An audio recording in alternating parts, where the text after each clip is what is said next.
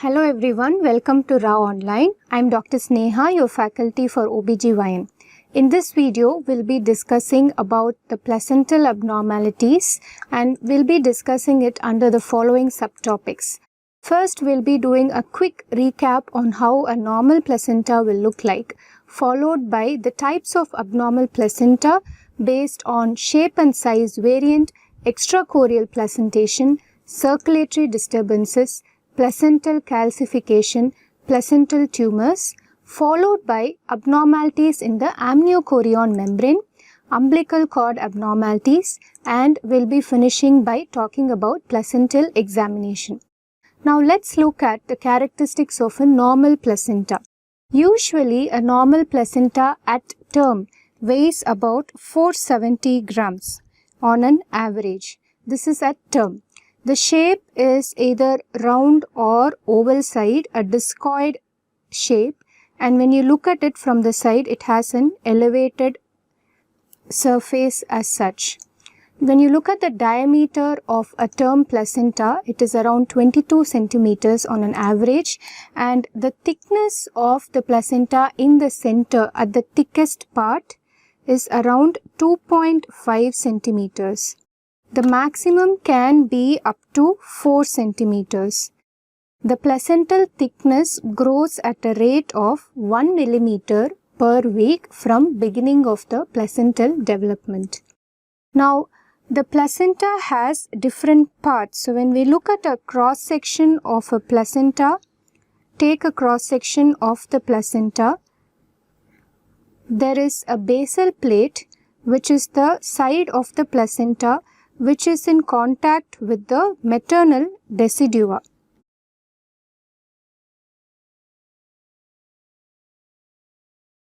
So, the side of the placenta that is in contact with the maternal decidua or the uterine surface is called as the basal plate. So, this will be the basal plate part. On the other end, we have the chorionic plate, which is the fetal side of the placenta. So, this chorionic plate will be in touch with the amniotic fluid part, or this will be protruding into the insides of the uterine cavity. So, other end is called as the chorionic plate. And in between, of course, we have the villi. The chorionic villi with their various branching inside the intravillous spaces. So, we have the intravillous space into which the maternal and fetal blood are drained into. Then we have the all important umbilical cord which arises from the chorionic plate side, or rather I would say it attaches itself onto the chorionic plate side, and this umbilical cord has umbilical vessels in them running through them. These umbilical vessels are the blood vessels that brings the blood from the placenta to the fetus and again from the fetus back to the mother. So, here the umbilical vessels, we have one umbilical vein and we have two umbilical arteries. As we all know, in the fetal circulation, vein and the artery are ulta. So, the umbilical vein is which takes oxygenated blood from the mother through the placenta into the fetus, and umbilical arteries bring the deoxygenated blood back from the fetus into the placenta and to the maternal circulation. Now, the chorionic membrane or the chorionic plate part and the umbilical cord will be covered by the amniotic membrane throughout. So, this whole area will be the amniotic fluid. So, that is an overview of the placental cross section. Now, when you do an ultrasound has become a must in all obstetric cases, and when we look at an obstetric ultrasound, the fetus is not the only point of attraction. The placenta has become a mandatory organ that needs to be imaged in every ultrasound as well. So what are the things that we look out for, especially when we image a placenta? First would be the location, on which wall of the uterus it is attached. Usually the location becomes more prominent and more permanent towards when they enter the mid-trimester. Till then it will be moving according to the stretching of the uterine walls.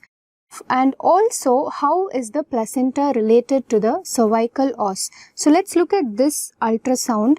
So this separate mass that is jutting into the amniotic cavity is going to be the placenta, and the part that is in contact with the decidua basalis is going to be the maternal surface or the basal plate, and this part which is jutting into the amniotic cavity is going to be the chorionic plate. Now here we have taken a sagittal section of the ultrasound. This is going to be the fetus. So this entire outline is going to be the uterus, and we are looking at the uterus from the side. And if you can look at the outline, this small part that projects down is the cervix. Okay. So now always a relation of the placenta to the cervix will be given as to whether the placenta is overlying on top of the cervical os, the internal os, or if it's in the lower segment, how many centimeters it is away from the internal os, or it is well up in the upper segment. So this is especially important when we want to diagnose low-lying placenta or placenta previa, because our management will completely change based on these diagnoses. Now we would also like to look at the retroplacental space. Retroplacental space, as the name implies, is the space behind the placenta, or to be more clear, it is where the basal plate attaches to the decidua basalis of the maternal uterine wall. So usually this retroplacental space will be sonolucent. That means it will appear blackish. The placenta will have a grayish, whitish, homogeneous appearance on the ultrasound, but there will be a thin line just behind the placenta where it attaches itself onto the uterine wall, which will actually be blackish in color or less echogenic. So this is the normal appearance of a retroplacental space. Now coming to the umbilical cord. When it comes to umbilical cord, we would like to see where it is attached, both on the placental end as well as the fetal end. So you're going to trace the umbilical cord and see where it attaches itself. So in this case, you could see the umbilical cord. In case it is like this, here it's not seen clearly. We are going to see where it is attached on the placental end as well as where it attaches to the fetal end. So this would help us to diagnose if there is any cord attachment abnormalities, or in the fetal end if there is any mass or cyst arising from the fetal attachment part of the umbilical cord. The second thing that we are going to see in umbilical cord is the number of vessels inside it. As I mentioned, there has to be one umbilical vein and two umbilical arteries. So the number of vessels is also important. We'll be looking why in the further slides. So number of vessels. So number of vessels, it's important because we are worried about a condition called as single umbilical artery. Vein, anyway, there's only one vein, but umbilical artery, there are two umbilical arteries. So we have to take a section of the fetus where you will be able to visualize the bladder of the fetus. So we need to take a section of the fetus where we'll be able to visualize the bladder of the fetus in the center, and just like in adults, we have an aorta which is going to divide into two branches which are going to be the left and right umbilical artery.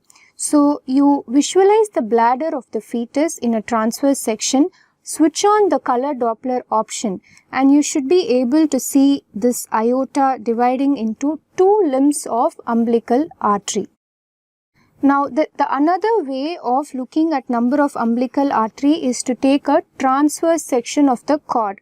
So we saw the longitudinal section. When you go through the cut section of the umbilical cord, you will be able to see one vein and two small artery like a face. It will look like a face. And when you switch on the color Doppler, again you will be able to see the two arteries and one vein in the center of the cord. Now let's start looking at the abnormalities of the placenta, starting with the shape and size abnormal variants. The first type of abnormal placenta is called bilobed placenta, and as the name it implies, it means that there will be two separate lobes of placenta. That's why it's called bilobed placenta, otherwise called as placenta duple or placenta bipartite. So when you look at this bilobed placenta, so the umbilical cord will arise from the center of these two. So the vessel will run from the umbilical cord into the both of these lobes. Okay, so there will be a connection, a chorionic membrane connection between these two lobes, and the vessels from the umbilical cord will run to and fro in the center of these two placental masses. Now, if there is an unequal size in these two placental lobes, if one is bigger and the other one is smaller, we term the smaller one as the accessory lobe. So, when there is an indifference in the size, now it is called a succenturiate type of placentation. Again here, the placenta might be in center of these two with the vessels running to both of them and membrane through the membranes as well, or it might be attached to the bigger lobe as well. Now, why do we have to know these bilobed or succenturiate? Why is it important? Like I said, sometimes the fetal vessels run between these two lobes in the amniotic, chorioamniotic membrane. So they don't have a proper base on which or a foundation on which they lie. Now sometimes, now this is a picture of the uterus with a succenturiate type of placentation. So you can see the main lobe here and the accessory lobe, and probably the cord will arise like this. But as you can see, there is a group of fetal blood vessels connecting the main and the accessory lobe. And as you can see, these fetal vessels are directly above the cervical os. Now, this kind of situation where the fetal vessels are directly above the cervical os, just covered by the amniochorionic membrane, this condition is called as vasa previa, and it is quite dangerous because when you do a rupture of membrane or the patient herself comes with rupture, along with the amniotic membrane that you rupture, the other structure that could be damaged is going to be the fetal vessels, which means there will be a sudden blood loss from the baby's body, and because the baby's body is small, the amount of blood is also small, so they can easily get exsanguated, leading to sudden fetal death. The second important clinical point in case of bilobed or succenturiate is that if we do not diagnose antenatally and during delivery after the baby is born, let's say that the main lobe of the placenta comes out. So if you don't know that it is a bilobed or a succenturiate type of placenta, you won't know that there is another placenta inside, and you will send the patient back to ward. And because there is another placenta inside that's not been delivered, it could lead to retained placenta, which could lead to secondary PPH or even primary PPH, and it can lead to infections. To be more specific, infection of the uterus called as endometritis. So that's why it's important to diagnose these different shaped placenta in the antenatal period. Now this is a picture of the bilobed placenta. You could easily make out one placental mass here and another placental mass here, and you have the umbilical cord attaching in the center. And you can see that in the central part, this part, there is no placenta, it's just the chorioamnion. And some of the vessels are actually traversing through this chorioamnion. Now the next type of abnormal placenta is Placenta Membranacea. So we know that usually the placenta gets attached to one of the walls of the uterus. and rest of the uterine wall is actually free. It is just covered by the chorioamnion. Only on one side or one part it is going to be the main placenta. But in case of this placenta membranaceae, you can see that the placenta is covering the entire uterine decidua. It attaches itself to the entire uterine cavity, which means that the surface area of the placenta is more. So during delivery, more attachment area, more raw surface, it could lead to PPH or hemorrhage, especially if it is associated with placenta previa or placenta accreta. Now this is a picture of placenta membranaceae. It looks like any other placenta, just that it would have a much bigger surface area. Now there is also a ring-shaped or annular placenta, and as the name implies, it's a simple ring-shaped placenta, and you can see that in the center it is actually free. So this part, there is no actual placental mass, it's just going to be the amniochorion membrane alone with the vessels running through it. Now these placentas are associated with an increased risk of antepartum hemorrhage, postpartum hemorrhage, and because of the reduced placental size, because there's a hole in the center, there might be reduced blood flow to the baby leading on to IUGR. Now this is a picture of the ring-shaped placenta. You can see the ring-shaped mass in the periphery, and this is all going to be chorioamnion. There is no placental substance, and you can see the fetal blood vessels running through it. The next type is called Placenta Fenestrata. So here there is a chunk of placenta, but there are small places where the placenta is missing in chunks. So there will be like a moth-eaten places. So the problem with this is that when you take out the placenta postpartum and examine the placenta, it won't have the usual smooth appearance with full cotyledons everywhere. You might see some missing chunks in the cotyledons, and you might think that there is a retained placenta inside and you'll be searching inside. But actually the placenta as such has, from the development time itself, these small lacunae or cavities. Now this is a picture of Placenta Fenestrata. So this is the chorionic plate side, because you can see the shiny amniotic membrane covering and the umbilical cord arising. So can you see here that there is a crater? There is a place where there is no placental substance, there is a hole.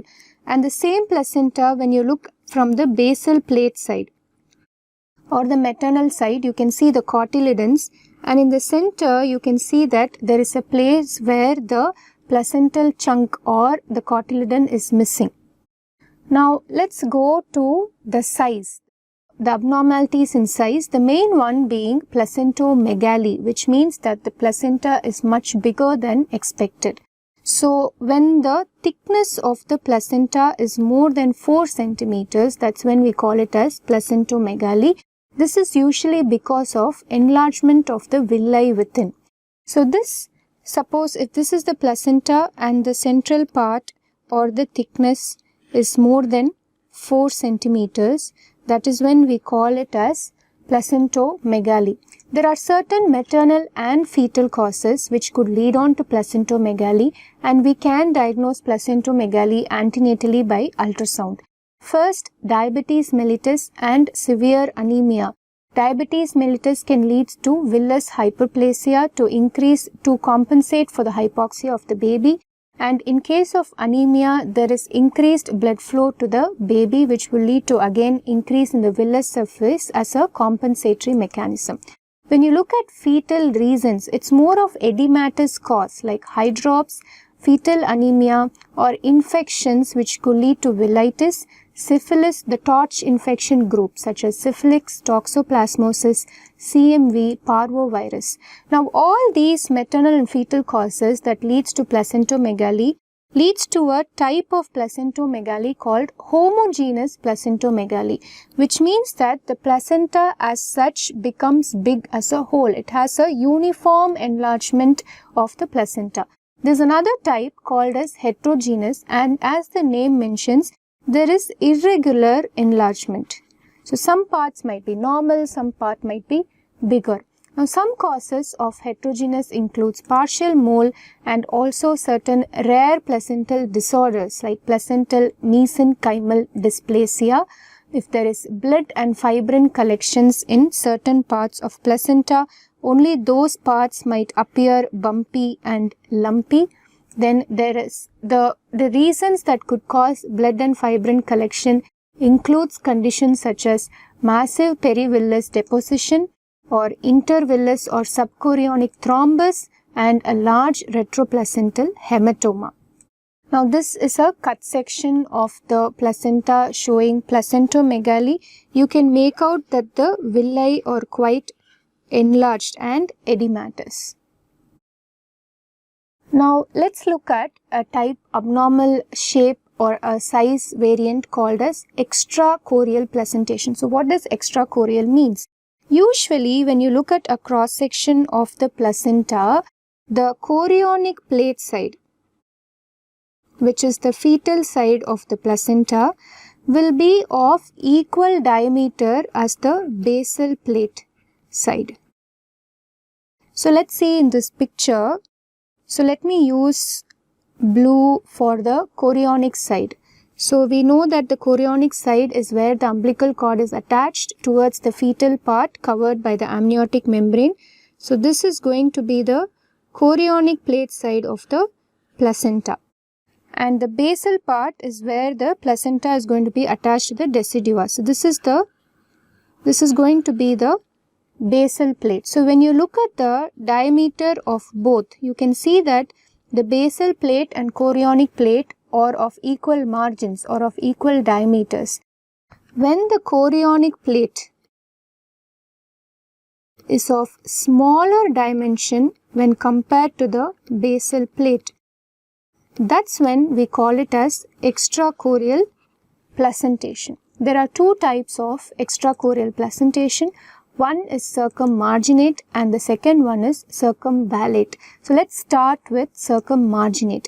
In case of circummarginate, here you can see that, let's trace the chorionic plate again. In this case, the chorionic plate is here. It stops with here, okay? Whereas, the basal plate diameter starts from here to here. So, if you draw a line, you can see that the basal plate is much bigger when compared to the chorionic plate. So, this extra bit that is seen embedded into the decidua, this part is extra in the basal plate side.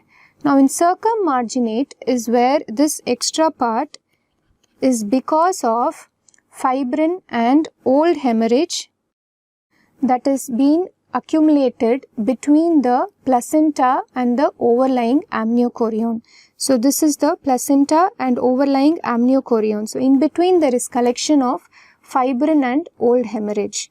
Usually, it is of no clinical significance. It does not cause any maternal or fetal complication. The next one is circumvallate. Again, here the basal plate is much bigger than the chorionic plate. So, let's see here. Chorionic plate here ends with this, and the basal plate is from here to here. So, again there is a mismatch between the diameter of the chorionic side and the maternal side or the basal plate.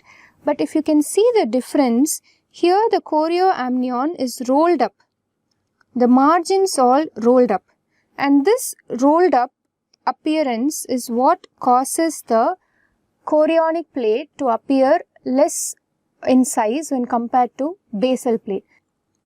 So, in circumvallate placenta, there is a double fold of chorion and amnion, and in an ultrasound, this fold will appear like a band, a tissue of band, and it is associated with antepartum hemorrhage, sometimes abruption, and very rarely IUD as well. So, it is important to differentiate if it is circummarginate or circumvallate, but because as we can see, the circumvallate has more important clinical significance attached to it. and the good thing is that we can differentiate it by ultrasound. So we mentioned about the circummarginate and circumvallate. So when you look at the gross specimen, so this is going to be circummarginate. So we are looking at the chorionic side or the chorionic plate side of the placenta with the shiny amniotic membrane. Can you make out that there is a distinct, there is one layer like this? This is going to be the chorionic surface, and the maternal or the basal plate is here, the lower part. So the maternal or basal plate is much bigger than the chorionic plate, and because it's not rolled up, it's just flat. This is circummarginal.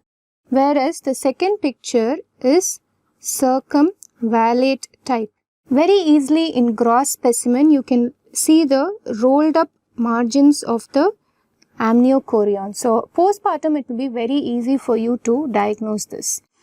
Now we spoke about the appearance of band in a circumvallate placenta. So there are certain conditions in pregnancy which would give a similar band-like appearance.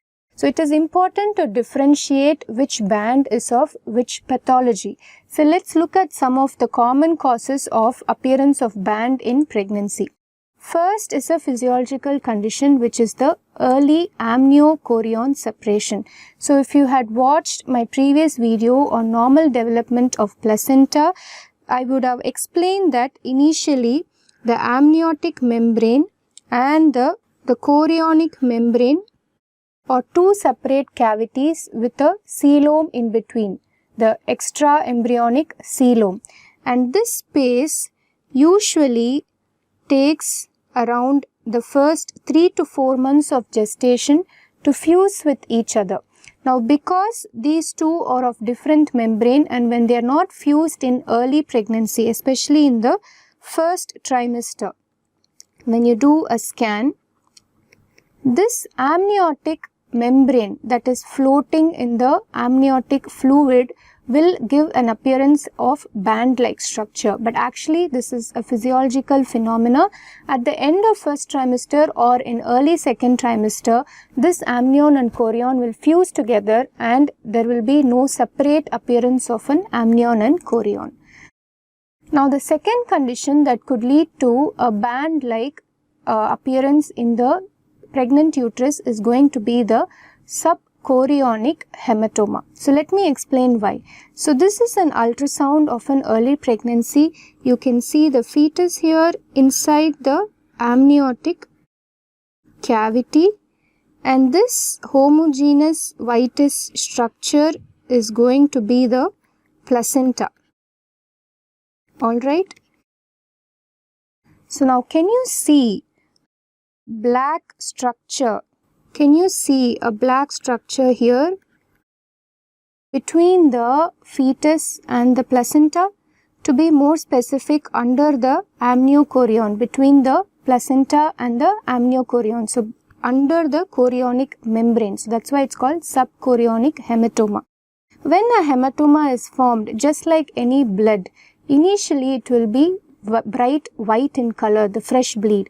But as it olds or as it becomes old, it becomes anechoic or blackish in color. So now because of this blackish appearance, this part between the fetus and the placenta will appear like a band. Now this would look like another amniotic cavity, and this amniochorionic layer between the fetus and the hematoma underneath might appear like a band. So that's another cause of diagnosing or falsely diagnosing a band in the placenta. Let's look at the next reason. Next reason is uterine synechiae. Uterine synechiae is a small shelf-like projection that arises from the uterine cavity or the uterine wall, which juts into the uterine cavity. So this is one way of finding out whether it is uterine synechiae or any other pathology. It arises from the uterine wall and juts into the cavity like a shelf. The next cause of band is going to be the circumvallate placenta that we discussed about. So it's pretty easy to diagnose. So this is going to be the placenta, this chunk. And can you see that at the edges of the placenta there is a rolled up appearance, or it curls into the placenta like that. So this is going to be a circumvallate placenta. So the way to differentiate it is that you have to screen the entire length and breadth of the placenta to see if the edges are rolled up, and this will not be attached anywhere else, or there will be no hyperechoic or hypoechoic spaces underneath or above it. Now let's go to the next differential, which is going to be an amniotic band. Now these are bands, actual bands. So this is an amniotic band. So these are bands that are formed in the amniotic cavity arising from the amniotic membrane, and it always attaches itself to some fetal part. So that is a way of differentiating this. It arises from the amniotic membrane and it will get attached to any of the fetal part. The next is called as the pseudoamniotic band syndrome, which is quite similar to amniotic band, just that this will appear after any kind of fetal procedures like amniocentesis or fetal reduction or fetoscopy and so on. This could lead to inflammatory reaction leading to the formation of the band. Next is uterine septum. This one, just like uterine synecdoche, is easy to diagnose because this would be a protrusion of the uterine tissue into the uterine cavity, usually in the midline.